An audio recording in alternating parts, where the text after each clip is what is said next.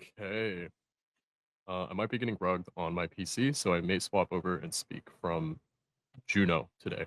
But I'm here. We're all here, and I'm loving. We got all the homies up. We got Hashcraft. We got Kozo. We even have Pluto today. It's been a very busy, exciting January, and we are very excited to dive into what we're cooking for all of 2026 today. But let me swap over to my phone really quick so that I can actually hear what people are saying.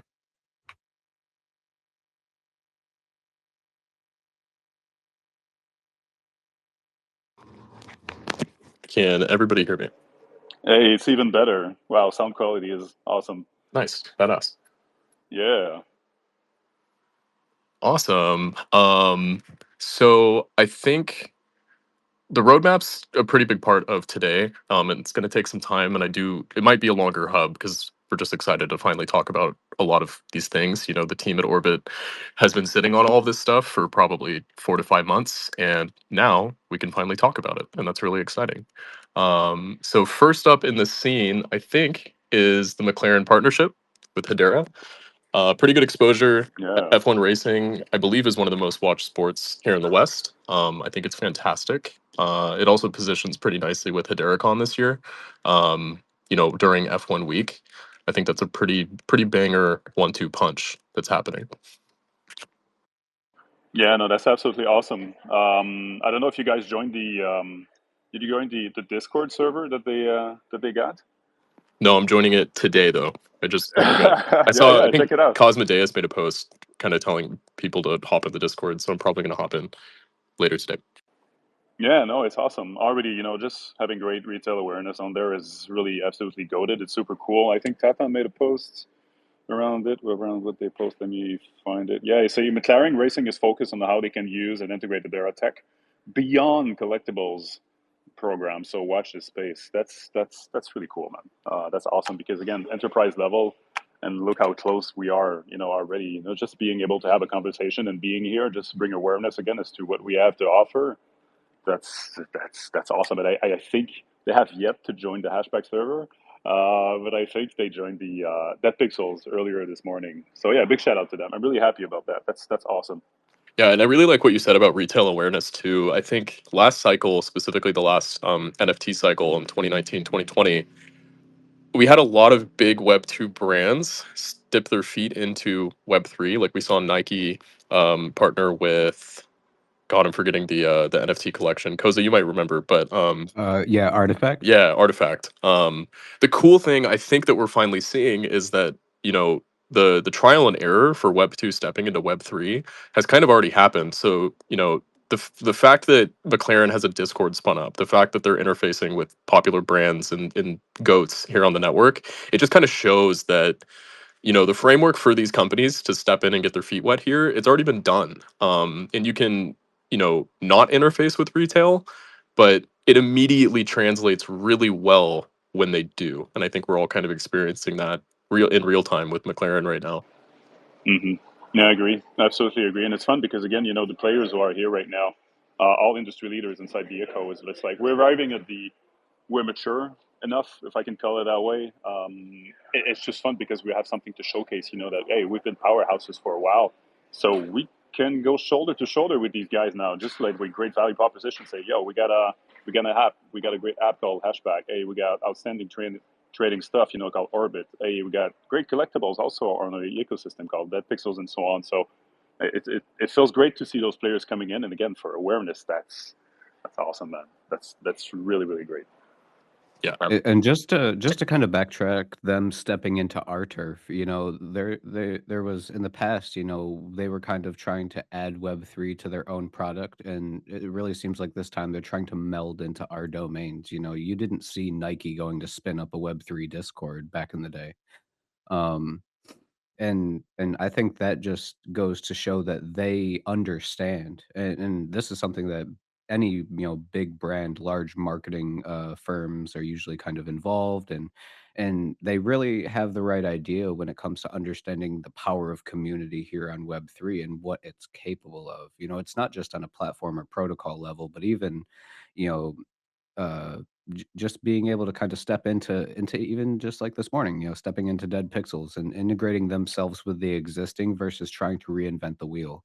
And that's a very important part of, I think that integration, that future, that awareness, that retail minded focus that they kind of have. And it's just a testament to that. I think it's amazing to see. Yeah, no, well said. Um, the next two haps are actually HashPack related, so I won't necessarily steer it too far. But we saw that the one of the more innovative themes I think I've ever seen you guys do and collaborate with Dead Pixels, and it is a banger. Like everybody's talking about them right now. They also pop, right? It's not. And what I love is that you guys did variations, right? It's not just one. So you got to appeal to three different aesthetics, and they're phenomenal. They're really active. It's like pure eye candy in the wallet right now. Hey, appreciate, man.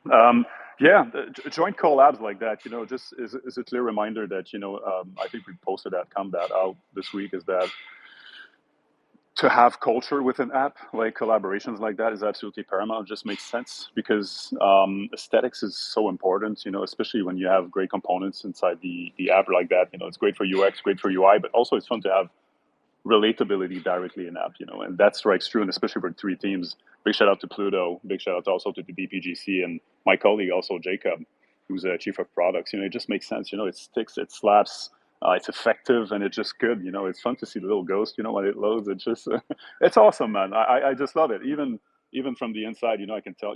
I scoop four on my end. I gave one to my daughter. Vaporwave is 1000% my favorite. I scooped the other Yeah, three, but me too. yeah. So yeah, it's just fun, man. Again, and it's just like clear collaboration, retail showcase like that. It's just fun from the entire eco, man. Yeah, it's got me really excited because we're doing our UI UX and rebrand. We just pushed our new logo and all of the things are coming together, right? So, Yeah, yeah. Shout out to the logo, man. We can talk about that if you will. yeah, before we do that, I was just going to say that Okay, okay. I'm Sorry, sorry. really excited to start poking Jacob's brain and getting that process going because it's definitely something Yeah. that we want to pursue. We've been talking about it for a while. But yes, so the logo, Hell yeah. um, because beta was a sprint for us. We really just wanted to get our product to market and then start to optimize it. It was never the finished iteration of Orbit, and nobody on the team felt that way. So as we were kind of building out our roadmap and our deliverables for each quarter, part of it was getting everyone's now muted. No, that's not right. um Part of our goal was how do we really deliver maybe not the completely finished iteration, but the iteration that makes Orbit feel like a standalone terminal. And there were a handful of things, right? We had some feedback about our domain, orbit-hpar.io. So we're going to be trading that. And I think I can talk about that. We're going to be changing our domain to orbit.trading. We have it reserved already. We're really excited to transfer everything over. And we think orbit.trading is just pretty impactful. There's no Oh yeah, that's typos. good. It's a slick domain. So there's a handful of things, right? New domain, a new feel, a new look to Orbit. It only kind of made sense to make a new iteration of our logo as well. Warlock, our front end and kind of full stack dev, he has a lot of great input and a lot of experience in startups. So he gave kind of his feedback on our old logo. It was a little hard to work with. There was a lot of moving parts. And I come from a couple years at Apple, so I'm really big on stripped back minimalist branding. And this type of logo speaks to me. It's easy to work with. It's iconic in a lot of different ways. And a big thing with me lately in my life is I kind of get off on not answering the design, meaning letting the design speak for itself. So, for instance, we're planning these Orbit P&L cards, and with our old logo, we had Orbit, we had a planet logo, and we had a planet graphic on the card. And I'm like, dude, we're really explaining and like over pushing this planet Orbit concept. So I like that our new logo doesn't necessarily explain that it's a planet or an orbit, but it still is. So I think we achieved that, and I'm pretty proud and just excited to keep pushing the new logo. Mm-hmm. No, it really is a banger. I love it. It's really simplistic. At the same time, it's so efficient, and letting branding breathe also is an art concept that AI cannot grasp for the moment. Right now, it's really a human concept. It's a tad magical often. But yeah, no, big shout out to the new logo. I really love it. It's clean. It's efficient. And it's really you can, yeah. you can scale it. That works. Yeah, it's vibing with us. We're enjoying it. So the next thing is HashPack's rolling out Hash Connect, or the HashCack's being Hash Connect is being phased out. And we have Pluto today to kind of speak more in depth about it. But for those that aren't aware, Hash Connect really truly laid the framework for builders on this network for the last handful of years. It allowed all of us to build and get wallets to connect to our dApps. So they're being phased out. And I'd love if Pluto could kind of share more information about that. Yeah, man. Thanks for throwing it to me. Like you said, Hash Connect was really kind of the first thing that allowed wallets to connect to dApps on Hedera. I think it's pretty evident with the kind of Herculean effort that went into getting Wallet Connect up to par. That this was a pretty good stopgap for the time. And with Wallet Connect getting pretty stable, pretty feature full, that it's kind of time to sunset legacy Hash Connect, as I call it. There's really only a handful of dApps left that kind of use it, and it's kind of just a piece of infrastructure that we maintain that doesn't really need to be maintained anymore, and getting that kind of out of our purview will really kind of free us up to put that effort elsewhere. And yeah, so we've kind of been putting out notifications since September that this is happening.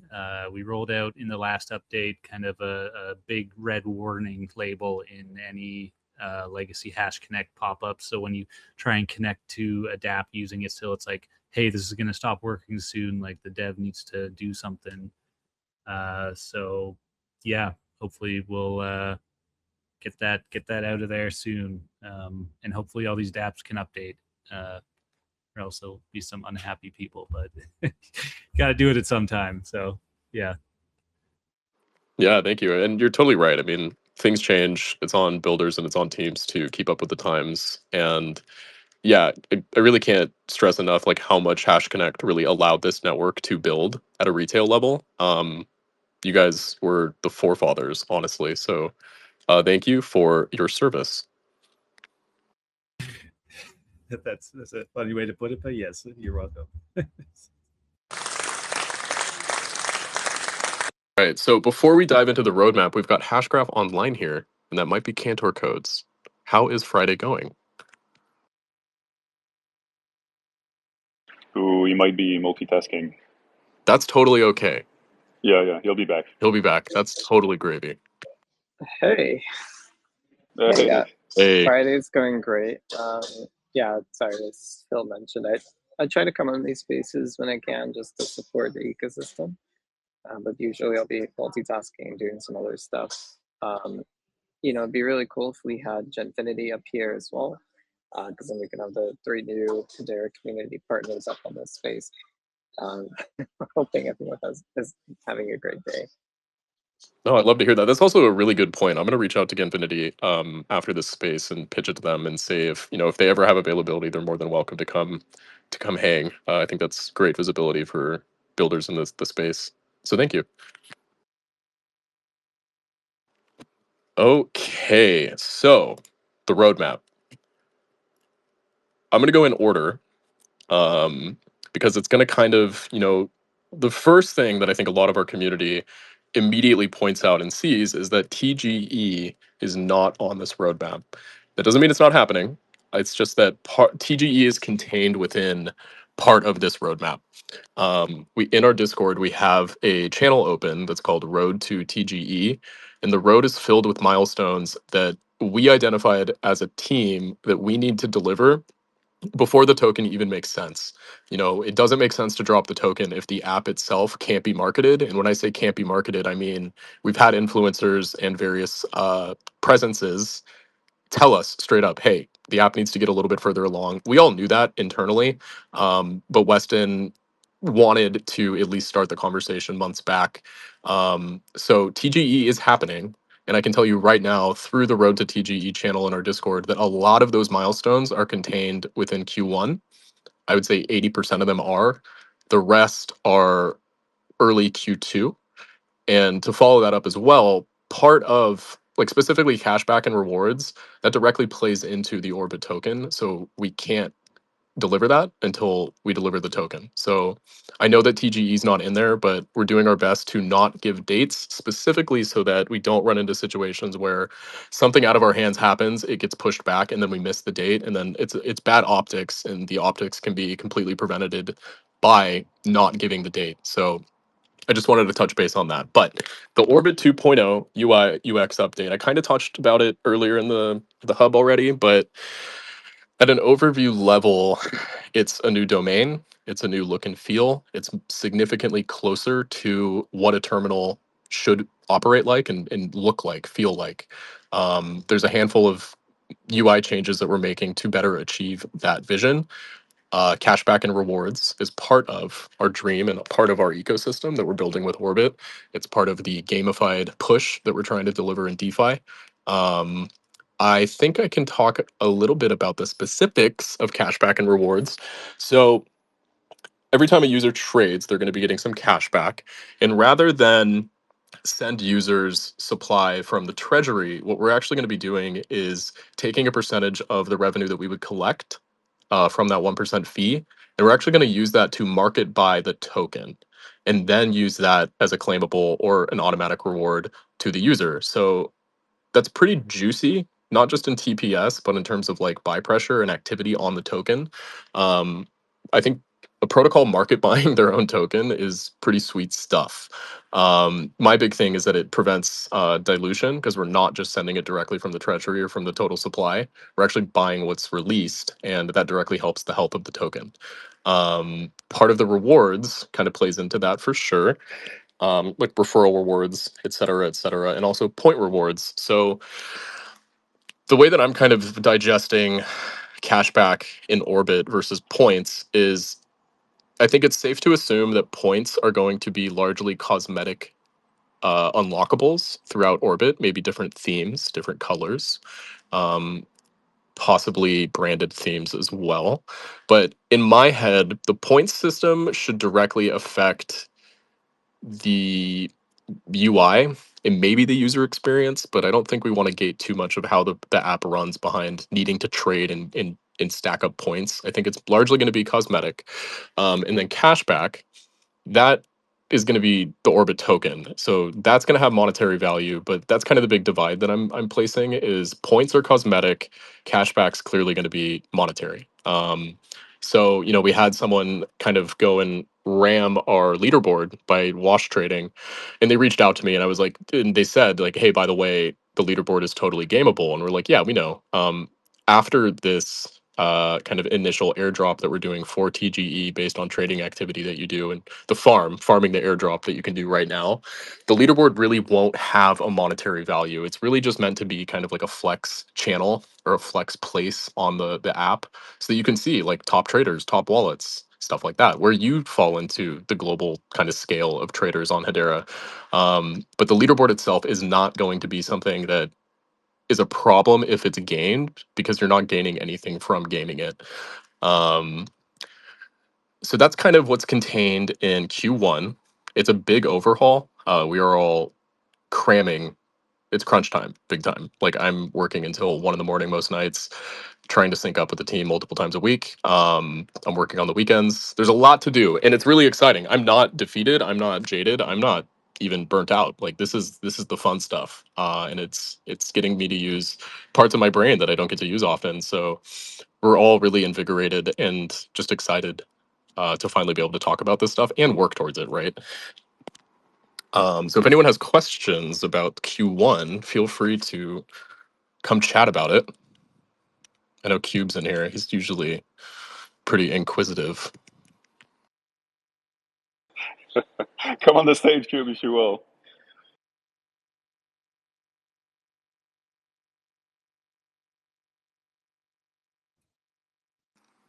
Yeah, I can definitely say that, through Juno and my regular meetings that we have, a lot of them recently have been just about this 2.0 update. I know it's something that we've kind of like lost sleep over, back in December when we were just like, we need to get to that place. We need to get to that place. And the difference is going to be, comparatively riding your bike to work and stepping into a spaceship. We're really trying to, portray this as the tool, to be, utilizing if you're serious about trading on Hedera.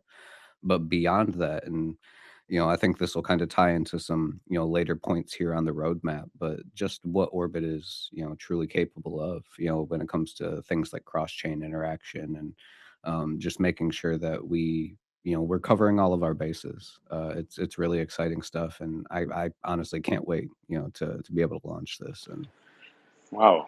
Hold on, the analogy there was so good. That struck me. That's such a great image. Riding your bike and then you hop into the spaceship. That's such like a great vertical. You're like onboarded right away. That's awesome. Yeah, and I mean, you kind of nailed it too. Like, we are aiming to achieve a pretty significant before and after moment with Orbit, where we had the app in beta, and then we have a terminal.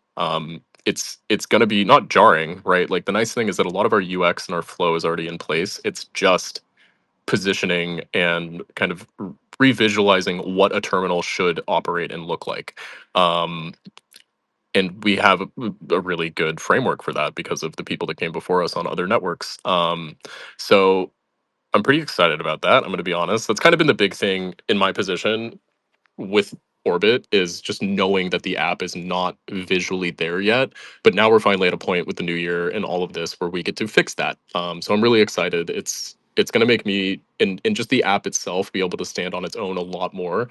And the big thing, I think, like, if I were to describe what our goal is, we want people to open up Orbit and genuinely feel like you are using an institutional grade tool in finance. So right now it feels much more like a DApp, and that's fine because it is. But we're trying to kind of push the envelope there and make it feel like you step into Orbit and you're like, I am in a literal terminal right now. It's telling me my ping. It's telling me things like the price of Bitcoin. And if you're on the network and you don't know why that's valuable, everything follows Bitcoin. So it's a very important, it's not important, but it's a really useful metric to just have on your screen where you're like, okay, this is the health of Bitcoin. That is why Gib is probably down 20% today, stuff like that. So there's going to be a lot of information that we're providing, and I think that's going to help us better deliver the terminal feel. So with that, I think we can move to Q2. So Q2 is going to be yield and analytics. The first thing right off the bat is the Bonzo integration. So the reason why we're doing this, and this is kind of important to talk about, Bonzo already offers a lot of yield opportunities for various assets on the network. We will not necessarily be doing that. We're actually going to be pretty limited in what we offer. And I can tell you right now that the only things we're pursuing right now is a yield offer for HBAR, USDC, and it's pretty realistic that we'll eventually do one for the Orbit token. We're going to be using Bonzo for this because they already built the framework for us on the network. They're really excited about us choosing them, and we're really excited about them because they're a phenomenal stack of code and they're great to work with. Like, they're legendary here on the network. So the reason being behind HBAR and USDC specifically is a big part of what our even passion is with Orbit is directly making HBAR and Hedera a more attractive network to everyone else. So anything that we can do to help out with HBAR volume, HBAR TVL, stablecoin volume, stablecoin TVL, that is aligned with us. That fulfills us. In Before we get into Q3 stuff, if you're not familiar with Hyperliquid, Hyperliquid runs on USDC rails. So what we've seen other terminals do that utilize Hyperliquid, it creates a really sticky pipeline where you are playing with USDC, you're making USDC, and then you have a place to park your USDC in a trading terminal. And all of that is a pretty good, comfy UX. And on top of that, again, it directly helps stablecoin TVL and activity here on the network. So we love that pipeline. We're really, really passionate and pretty strong headed about it. We're confident that it's going to feel good. And I'll get more into Hyperliquid once we get there. But that is going to be the yield kind of part of Q2 now that it's demystified.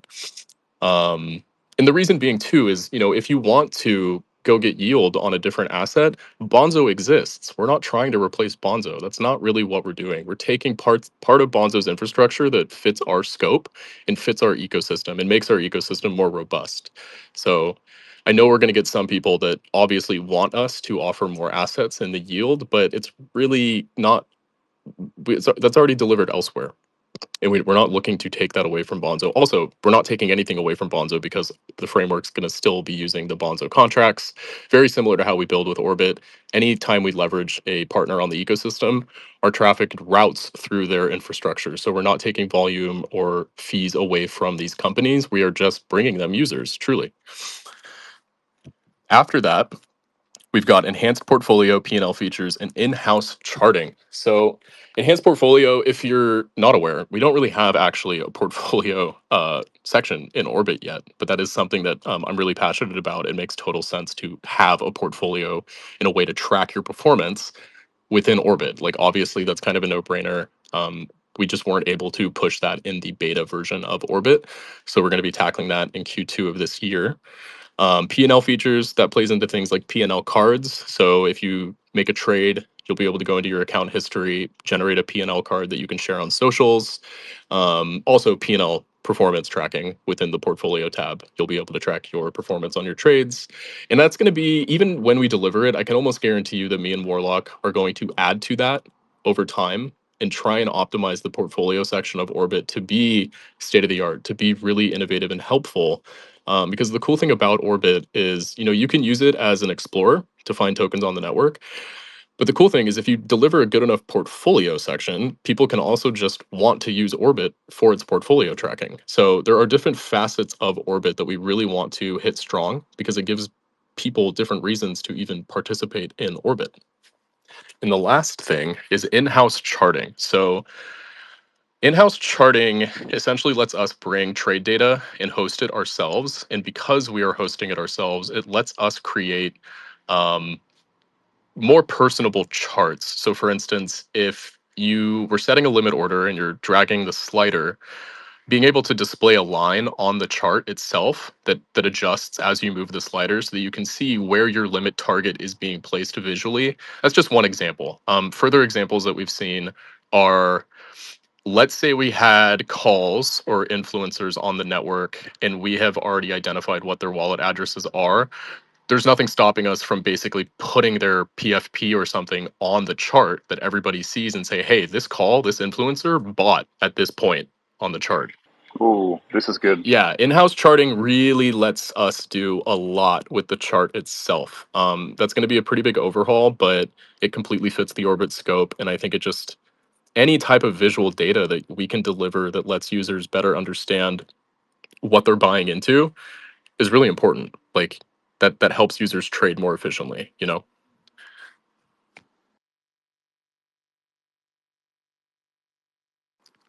So before we scoot over to perpetuals in Q3, if anyone wants to chime in or just talk about yield and analytics and what that might look like or things that we could maybe do with in-house charting, the floor is yours. Yeah, I feel it's the first one of the year, right? People are still shy a bit, Fear not. They're gonna come around. Potentially, Cube's gonna raise his hand. Oh, There we go. Yeah, no, you totally get him, okay. the devil. Yeah, There's can no we pressure move? to come up and chat. Dude, shy. What does shy even mean, bro? Come on. Cube Come Edgar, on. what is up? How's it going, gentlemen? Yeah, I wanted to chime in real quick. I personally love, well, you know this already too, because I'm pretty sure I've said it many times now, but I love the social integration. I think that's fantastic. I love the idea of being able to see PFPs of, certain big names. Um, on the chart too. And I love, love, love the idea because I'm a big visual guy, being able to see the line of where my orders are set, whether they're limit sells or limit buys. I think that's fantastic. So kudos to the team for that. Thank you from me, at least, because I've been wanting something like that. Wanting something to see something like that, I should say. I would also like to potentially toss the idea out to include not just like big names, on socials there, but also dev accounts. I would like to see dev accounts activities on those charts. Dev buys, dev sells. Oh yeah, That would be super useful. that is most And certainly happening. yeah, yeah, I think that's going to be super useful to have. And another thing I wanted to throw in there, since we're on the topic of like, the social aspect, having like the social lens tab page that we were talking about, I guess falls into this scope as well, or is that like a future thing, like later It on? might be a further feature down the road, but creating social trackers is absolutely something that you and I have talked about, and it's something that fits the Orbit scope for sure. One thing that we've seen that does play into charting specifically and displaying communities on charts, there's ways for us to go about creating a social aspect within Orbit that lets the user kind of create, I don't want to say tribes, but it lets them create their own communities within Orbit. And you can see people in your communities, PFPs, et cetera, on these charts. So it's not just seeing influencers, it's not just seeing the dev. The goal, the end game for Orbit would be letting users have communities that they trade within and then be able to see those people as well. Um, Oh, like a friends list, you mean? Like you could see when your buddy was buying and selling too? Yeah, if you guys opt into a community or a community is made and you guys are all members in it, you should be able to see everybody trading within that. Ooh. All right, cool. Would there be like a community leaderboard too to see who's who's been the most successful? Perhaps. I think the easiest way to do it would be like a trade history for everyone in that community, because then you can see quickly, very similar to how you can scan on deck screener like top traders. Being able to just filter your community on a chart by the top traders in that community, that might be a better way of achieving that.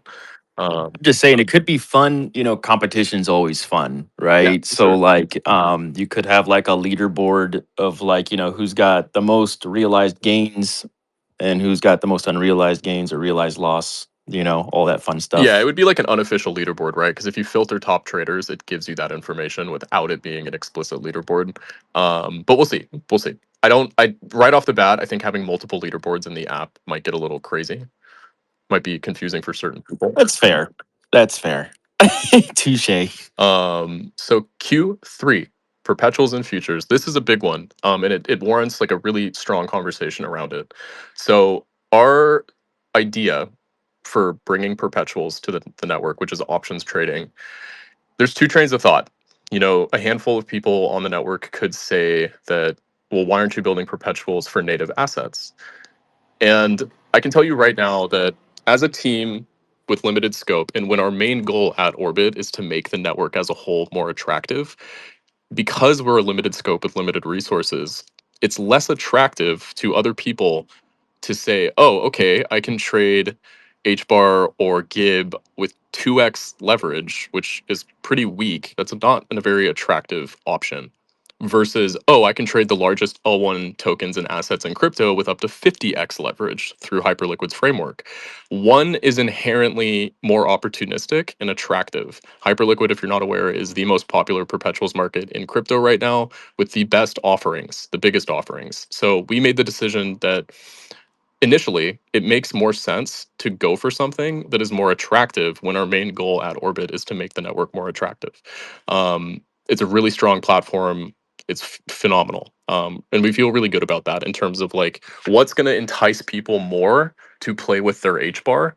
And then to follow that up, we actually haven't seen other terminals on other networks offer native perps. Right off the bat, offering something like options trading on meme job tokens or shitcoins makes zero sense. Like that's taking volatility and blasting it into the atmosphere, right? So I don't want to dive too much into the current health of various tokens on the network right now, but also liquidity by and large is kind of an issue. Volume is kind of an issue.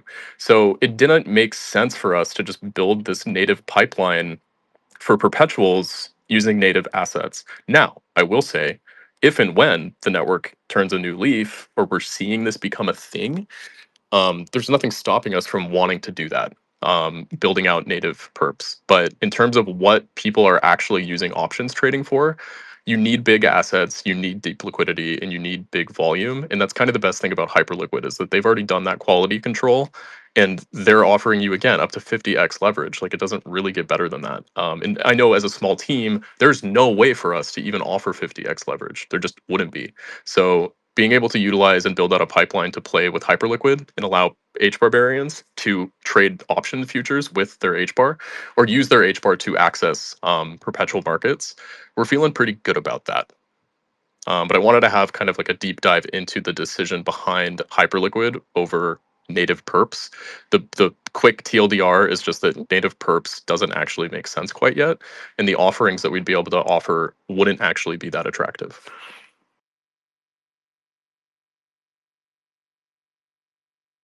I mean, it's kind of hard to beat the 50x, man. Yeah, That's fair. it's the good stuff, honestly. And below that, we see finalized protocol audits. So because we're making pretty rapid changes to our code base every month, if not every week, it doesn't make sense to audit a bajillion times. So that is going to be, we've identified the full scope of Orbit is basically delivered. We're going to go ahead and audit it.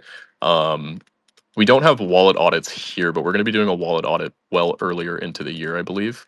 But the protocol itself, so there's wallet audits and then there's protocol audits, and those are two different audits. But we will be doing both. But Q3, that's kind of when we've decided and defined when our full scope is delivered with our code base for the protocol itself.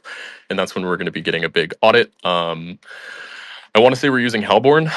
Pretty sure we are. It's going to be about $50,000 to $70,000. But that's what you got to do. So that'll be happening in Q3, and we're feeling pretty good about that.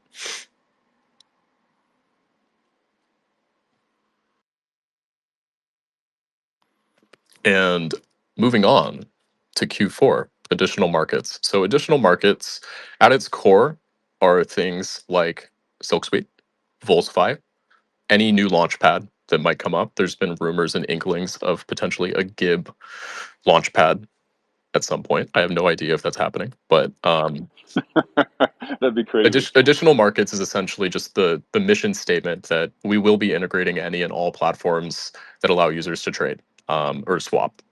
We want to integrate them into Orbit. We do want Orbit to be the not one-stop shop, but we want it to be an explorer that aggregates all of these different solutions into one spot so that the end user doesn't have to go and kind of shop between different solutions. You can access any and all liquidity pools on the network from one terminal.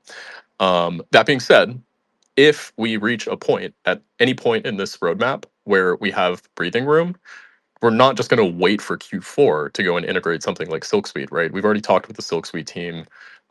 We just have what's on our plate first, in between Saucer Swap and Meme Job, which are kind of capturing the largest volume and activity of any solutions right now. We can move forward with Orbit as like a base concept, but yeah, I just wanted to say that like we don't have to wait until Q4 to integrate these other marketplaces. And I'm telling you that if we have time, we're not going to wait for Q4 to do that.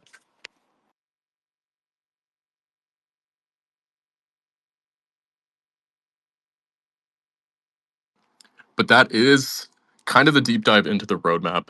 The space is recorded, so you'll be able to kind of listen in and chime in and hear anything that you might have missed.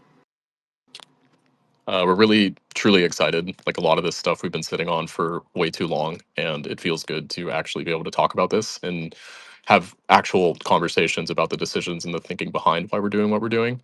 It feels really good. It's been a long time coming. But the floor is open at this point. I'm kind of running out of both Hedera haps and Orbit haps right now. I guess we could do an Orbit update. We pushed a error state 2 days ago. So if something is broken or like a price fetch fails within Orbit, the transaction's not going to go through. You're not going to get a failed transaction and waste HBAR on fees. But now we have a kind of universal error state that will pop up that prevents that from happening. So that kind of came from various members kind of forcing trades that weren't working. And it's very human nature. And I know I've done it when a trade doesn't happen and you want it to happen, you keep doing it and you keep burning fees. So we're kind of addressing that by creating error responses and error states within Orbit to better address that scenario. Oh, let's go, dude. That was a good one. I'm glad to hear that that one went through. Nice. Yeah, no, it's good. We all feel really strong about it. It's like a safeguard, and it's been a long time coming.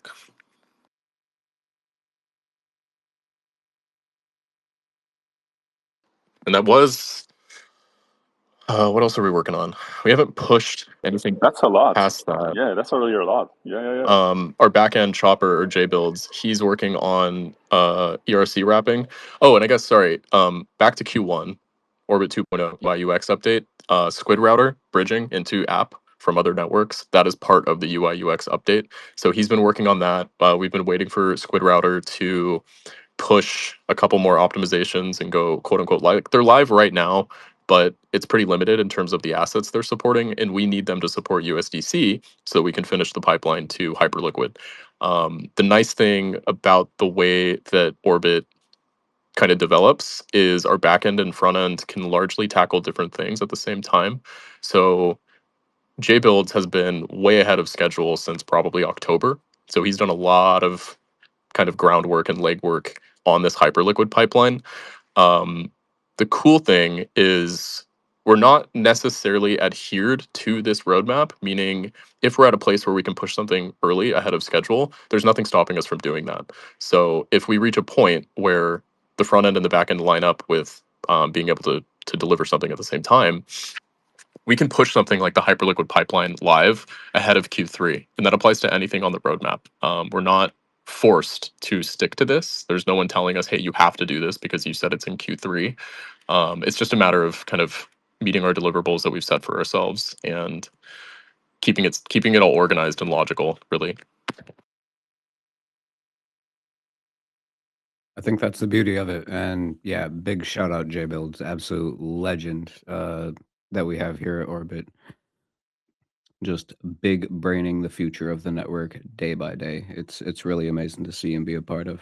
yeah, we really lucked out with him, and it feels good that we have a developer that has experience on other networks, but has spent enough time on HBAR that he feels good about the work that he's contributing to the network and how he's pushing the network forward. It's a really cool space to be in for everyone in the Orbit team right now, honestly.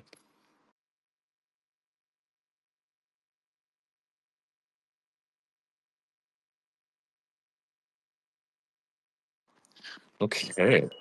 Oh, we got the beeps. That may be it, Phil, unless you've got something on Right. your plate. Yeah, maybe a couple of HashPack update on our end. We just announced, I think it was last week, but Hedera pushed some comms around us being part of the Hedera Council Community Program. That means more marketing, more workshops, more part of the conversation, also alignment, also for us, potentially more retail awareness. So that could be really great. Comms were out this morning from the main account. So yeah, that's good, right? And also on the personal level, that's since July, but it's been going on like, especially like under, let's say behind the curtains since 6 and 7 months. Just we're crafting with the with Hedera also for the community moderator program that I've been on. So again, that's really good, and again, a clear signal as potentially more retail awareness. Broadly speaking, inside the ecosystem, we're working also with Louis, who's part of the DevRel. I'm also with my brother from another, Maui. Also, we're just like crafting the stuff to potentially maybe having spaces to be running those. We crafted a business proposition their way. So yeah, just a couple of stuff over Hedera's side where we could shed more light as to what our friends, partners, collaborators, all of you guys, everyone's been crushing. On the HashPack side, also we will have a presence over at Dev Denver. I'll be going there next month. We're also going to have a presence on Consensus in Hong Kong. I think May is heading over there. Of course, at Oricon further down the year in May. What else? Damn. Is WCO in here? Yeah, Brendan was here over Pack the Mic too. So yeah, lots of stuff. We got also a couple of stuff to ship, potentially before Dev Denver, I would say. Two great components, I would say. Yeah, really good, especially for one from our loyal audience and users. That's going to be. I don't want to put the date like right because time, but like yeah, Yeah. potentially before mid-February, I would say. And the Did other I say stuff you dropping potentially, spoilers, Phil? yeah, potentially the other stuff next week, I would say. Yeah, right. So yeah, a couple of stuff, just great stuff, just to keep the ecosystem also just with fun components, right? So yeah. Oh, I love to hear it. Maui has been keeping us at Orbit kind of tuned into what you guys are doing, and we'll be participating as much as we can. I've hit him up a couple times too. I'm like, hey, what, the last thing I heard from you was a month ago. What's going on? But he chimed in and DM'd us in the last week or so saying, hey, everything's moving forward. Things are still continuing, so that's great. I'm looking forward to that. Warlock from the Orbit team is going to be at Dev Day in Denver. Yes, sir. Yeah, I'm currently trying to figure out if I can make it happen. I don't have a flight yet, so we'll see. But May has kind of said, that we can piggyback off your booth, and it would be good. It Absolutely. would be great, but I think we're going to with like after the Q1 UI UX update, the Orbit 2.0 push, then I think it makes a lot of sense to have presence. So that being said, we're totally planning on being at HederaCon with the full team, I believe. We're gonna have a booth. Yeah, really excited. I know the Helix group and Cube, we plugged you our new logo for the goodies, and we're really excited about that. Yeah, buddy. Can't wait. Yeah, no, it's going to be really exciting. So I'm hoping that more people from Orbit can get to Dev Day in Denver, but I know Warlock at the very least will be there. So if you're attending Dev Day, go and chat with Warlock. He's a total character, an absolute wizard of a human being. And then we will be all at HederaCon. Hey, And the yeah, it's hash going to be awesome. bash. Yeah, the Ash Bash. All right, guys, I think was a really strong hub.